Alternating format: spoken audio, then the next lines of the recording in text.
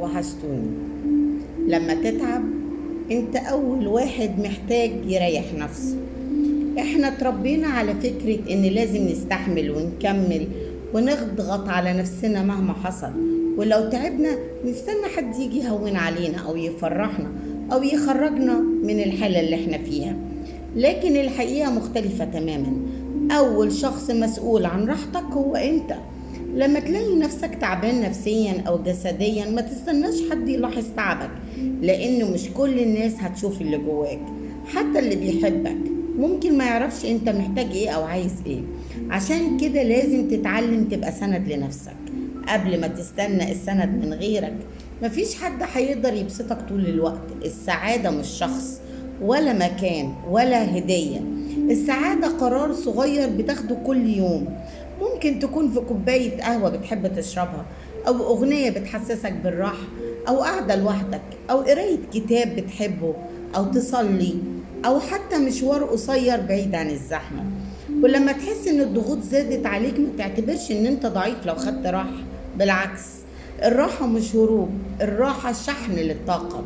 حتى الموبايل لو البطارية بتاعته فضيت بيتشحن، وإحنا أولى بالشحن ده.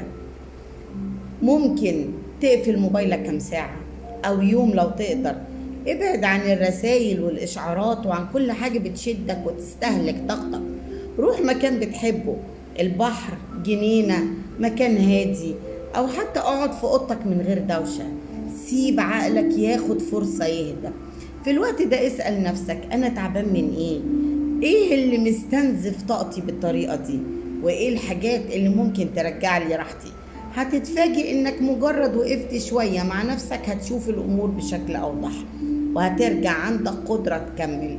افتكر دايما ان الجندي في المعركة محتاج وقت يرتاح، والمحارب الشاطر مش هو اللي بيحارب من غير توقف، هو اللي بيعرف امتى يقف شوية عشان يرجع اقوى. اعتبرها استراحة محارب، مش انسحاب ولا ضعف ولا استسلام. دي فترة بتجمع فيها قوتك من جديد، وبتداوي تعبك، وبتستعيد هدوءك. في النهاية ما تجهدش نفسك وتلوم نفسك لأنك تعبت. انت إنسان وليك طاقة وحدود. ادي لنفسك حقها في الراحة واهتم بيها، حن عليها، لأن لما تبقى انت هتبقى بخير. هتعرف تكمل وتدي وتنجح وتواجه الحياة بقلب أقوى ونفس أهدى. افتكر دايما، اوعى تعتبر الراحة ضعف. ساعات بتكون أهم قرار بناخده عشان نعرف نكمل. استراحة محارب النهاردة هي سبب انتصارك بكرة. ودمتم سالمين.